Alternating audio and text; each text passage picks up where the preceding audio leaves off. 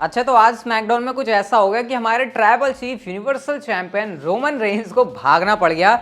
As ने आज show पर कर लिया अपना रिटर्न। तो बड़ा इंटरेस्टिंग सा सीन हुआ मेन इवेंट के अंदर। रोमन रेंस का अगला ओपोनेंट कौन होगा, बातें चल रही थी सब, लेकिन यहाँ पर एज आ गए और भाई एकदम खतरनाक तरीके से। तो पूरे शो के बारे में हम लोग इस वीडियो में बात करने वाले हैं। कैसा स्मैकडाउन का एपिसोड था, अच्छा था, बुरा था, वो सारी बातें आपको करना है। वीडियो को लास्ट से देखना, और वीडियो को लाइक नहीं किया तो लाइक जरूर कर देना। अब सबसे पहले हमको जो शो की स्टार्टिंग है वो बैक स्टेज से देखने को मिलती है, जहां पर पॉल हेमन और रोमन रेंस होते हैं। और पॉल हेमन बता रहे होते हैं कि भाई कैसे तुमने ठिकाने लगा दिया डोमिनिक और उसके मतलब डोमिनिक और उसके बाप को। इसके बाद जिमी ऊसो आते हैं और वो रोमन रेंस से कहते हैं वो उनकी साइड होने की बात कर रहे हैं। मतलब अब तक जिमी ऊसो को प्रॉब्लम थी रोमन रेंस से, अब कोई भी दिक्कत नहीं, मामला क्लियर हो गया। लेकिन रोमन रेंस का पहला ही सवाल होता है कि ठीक है, लेकिन तुम्हारा भाई कहाँ है?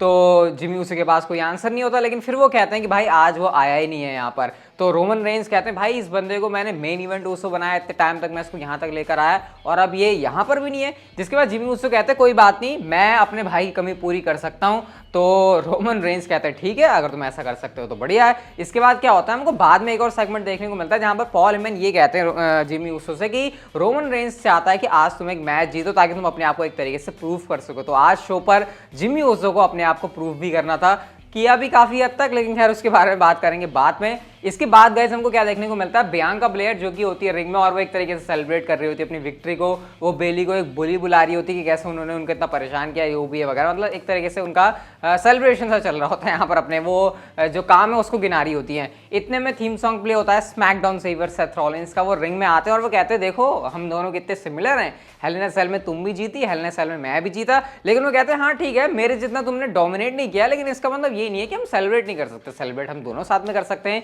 वो हाई फाइव देने के लिए कहते हैं। लेकिन इतने में बियांका ब्लेयर कहती है अच्छा तुम तो अभी मेरे अगेंस्ट होने वाले हो क्योंकि हमारा मिक्स टैग टीम मैच है।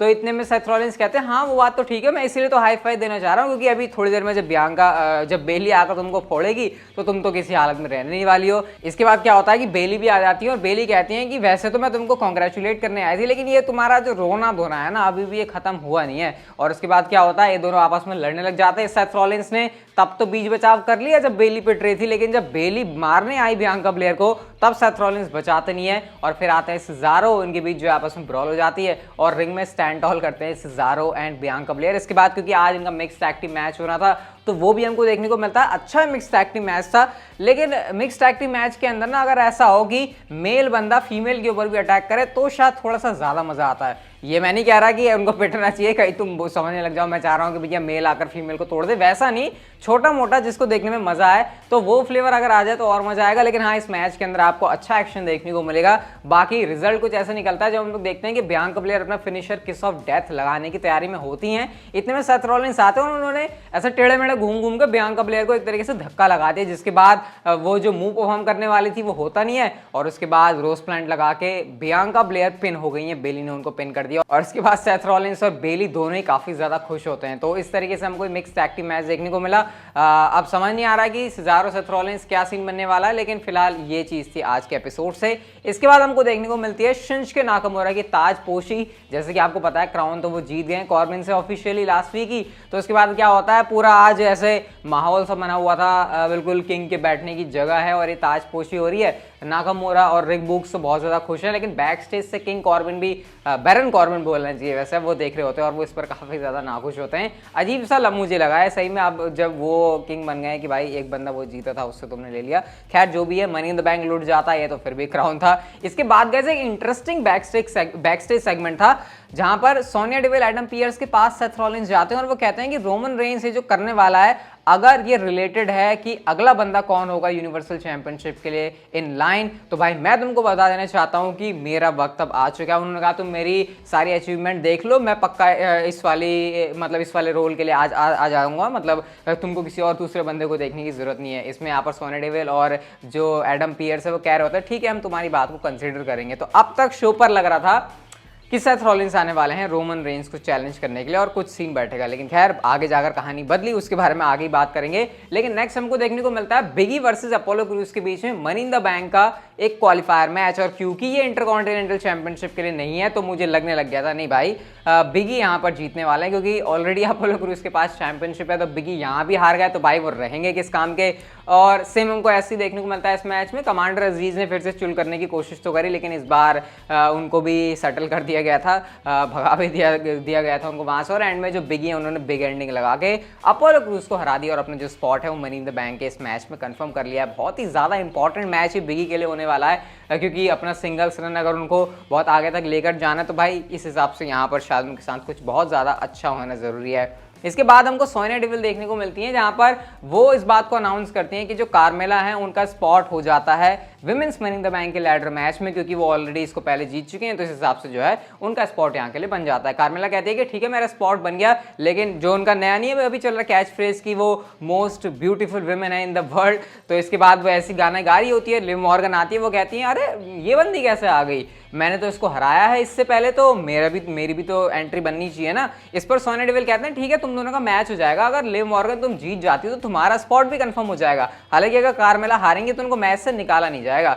ये बड़ा अजीब सा रूल थोड़ा, लेकिन जो भी है लिव मॉर्गन ने अपने आप को प्रूव किया इस मैच के अंदर और कार्मेला को हराकर उनका भी जो स्पॉट है वो इस लैडर मैच के लिए हो चुका है ऑफिशियली कंफर्म। इसके बाद गाइस हमको देखने को मिलता है singles match Dolph Ziggler versus Jimmy Uso के बीच में, और यही वो मैच है जहां पर जिमी ऊसो को अपने आप को प्रूव करना है कि वो राइट हैंड मैन बन सकता है अगर जे ऊसो अवेलेबल नहीं है रोमन रेंस के लिए। तो अच्छा आपको एक डिसेंट टैग टीम बोल रहा हूँ भाई, जिगलर और जिमी है तो टैग टीम की फील आ रही है, लेकिन ये सिंगल्स मैच था। और एक वो स्पॉट बड़ा खतरनाक था जब हमने देखा कि जिमी ऊसो ने बाहर डाइव लगाई रॉबर्ट रूड के ऊपर और उसके बाद जिगजैग लगाया डॉल्फ जिगलर ने जिमी ऊसो को स्टील स्टेप्स के ऊपर। उतना ज्यादा वो बिल्कुल परफेक्शन से नहीं था, लेकिन भाई चुभा जरूर होगा जिमी ऊसो को, और इसीलिए माइकल कोल जब वो कमर्शियल से वापस आए तो चिल्ला रहे होते हैं कि जिमी ऊसो अब भी कैसे मैच के अंदर कंपीट कर रहा है। लेकिन भाई जिमी ऊसो तो हमारे जिमी ऊसो हैं। एंड में सुपर किक लगा के उन्होंने जिगलर को पिन कर दिया और इस तरीके से इस मैच में उनकी जीत हो गई और रोमन रेंस को जो उनको प्रूव करके देना था वो चीज उन्होंने कर दी। ऐसा कहते कहते जीतने के बाद वो बैक स्टेज आते हैं। उसके बाद क्या होता है, रोमन रेंस और पॉल हेमन वहां पर खड़े होते हैं, वो रोमन के सामने छाती चौड़ी करके कह रहे होते हैं देख भाई जीत गया मैं, बता आप क्या करना है। इतने में रोमन जो है अपनी एंट्रेंस करने के लिए जा रहे होते हैं, पॉल हेमन भी जा रहे होते हैं और जिमी ऊसो भी जा रहे होते हैं, लेकिन पॉल हेमन कहते हैं रुक जा बेटा तेरी जरूरत नहीं है, वो वहीं पर रोक देते हैं बैक स्टेज। और जिमी ऊसो कंफ्यूज होते हैं, क्या मैं तो जीत के भी आया, मैंने तो सब कर दिया, मुझे अभी भी नहीं आने दे रहे। खैर रोमन रेंस की एंट्रेंस होती है, उसके बाद फिर से कमर्शियल आया, उसके बाद कमर्शियल गया और रिंग में होते हैं Paul Heyman and Roman Reigns. और पॉल हेमन यहाँ पर वही कारस्तानियां बताते हैं रोमन रेंस की, क्या उन्होंने किया है डोमिनिक और मिस्टीरियो के साथ। उसके बाद क्या होता है, एक तरीके से पॉल हेमन ये बताने की कोशिश करते हैं कि जो भी अभी तक लड़ा है रोमन रेंस से वो कैसे बिछ गया, फिर चाहे वो फील्ड हो, फिर चाहे वो ब्राउन स्ट्रोमैन हो, फिर चाहे वो एज हो, फिर चाहे वो डैनियल ब्रायन हो, मतलब कोई भी यहाँ पर नाम हो। और वो कहते हैं कि अब क्योंकि रोमन रेंस के पास कोई बंदा ही नहीं बचा है उनका अपोनेंट बनने के लिए यूनिवर्सल चैंपियनशिप के लिए, ये क्या कि वो रोमन रेंस क्या तो माइक देते हैं, रोमन रेंस कुछ बोलने वाले होते हैं, कुछ बड़ा बोलने वाले होते हैं शायद, तभी थीम सॉन्ग प्ले होता है the rated are superstar as का। और जो उनके चेहरे पर एक वो आग दिख रही थी ना रोमन रेंस को मारने की, वो उनकी एंट्रेंस से ही झलक रही थी और पता लग गया था कि आज तो कुछ होने वाला है भाई। रोमन रेंस को मारने के लिए वो सीधा ही गुस्से में जाते हैं, रिंग में लड़ते लड़ते बाहर आते हैं और उसके बाद जो कमेंट्री टेबल है उसके ऊपर मतलब 6-7 बार तो भाई रोमन रेंस का मुंह उन्होंने ऐसे दे के मारा है। रोमन रेंस कुछ नहीं कर पा रहे थे, ऐसा लग रहा था कि एकदम से ये बंदा अभी तक इतना बड़ा लग रहा था, एज के आते ही इसको ये क्या हो गया। रिंग में दोनों पहुंचते हैं, यहाँ पर सुपरमैन पंच लगा दिया रोमन रेंस ने एज के ऊपर। इतने में वो स्टील चेयर लेकर आ रहे होते हैं, कुछ इंटेंशन थी उनकी बुरा करने की, लेकिन एज ने इसको काउंटर कर दिया और उन्होंने एक जबरदस्त स्पीयर लगा दिया रोमन रेंस को। उसके बाद वही वाला स्पॉट वो करते जो कि हमने रेसलमेनिया के अंदर देखा था, वो चेयर के बीच चेयर फंसा के सिर फोड़ने वाला। उसके बाद क्या होता है, एज ने चेयर रख दी और वो वाला स्पॉट करने को तैयार हैं, लेकिन तभी क्या होता है बीच में आ जाते हैं जिमी ऊसो। अब तक जो काम जी ऊसो करते थे वो जिमी ऊसो करने लग गए। हालांकि जिमी ऊसो की ये सबसे बड़ी गलती थी, क्योंकि बैरिकेड के ऊपर एक धमाकेदार स्पीयर लगा दिया एज ने जिमी ऊसो को, लेकिन तब तक रोमन रेंस वहां से दुम दबा के भाग जाते हैं। रोमन रेंस चले जाते हैं रैम के ऊपर और एज होते हैं रिंग में जो कि स्टैंड टॉल कर रहे होते हैं और वो यहाँ पर फिर से वॉर्न कर रहे होते हैं रोमन रेंस को। तो भाई ये बहुत तगड़ी चीज WWE ने हमको अभी से थमा के दे दी। हमको लग रहा था कि एज का जो रिटर्न है वो तब होगा जब स्मैकडाउन पर क्राउड आएगा, लेकिन WWE ने ऐसा लग रहा है कुछ जल्दी चीजें कर दी और भाई बढ़िया ही है। स्मैकडाउन के ऊपर वैसे ही कहानी बढ़िया चलती है और एज और रोमन रेंस की फ्यूड इसको देखने में फिर से दोबारा से काफी मजा आने वाला। मुझे नहीं लगता किसी को कंप्लेन होगी, कोई बंदा ये कह रहा होगा कि दोबारा से एज एंड रोमन, क्योंकि इनके बीच हमने वो सिंगल्स वाली चीज नहीं देखी थी, बीच में डैनियल ब्रायन आ गए थे। अभी भी कोई आता तो कोई दिक्कत नहीं, लेकिन फिर भी इनको दोबारा से देखने में काफी मजा आएगा। बाकी आज का स्मैकडाउन का शो काफी कड़क था। अगर आपको स्मैकडाउन अच्छी लगी तो भाई वीडियो भी अच्छी लगी होगी, इसे लाइक जरूर कर देना, चैनल को सब्सक्राइब करके कर दो नोटिफिकेशन बेल को on, and C you guys in my next video.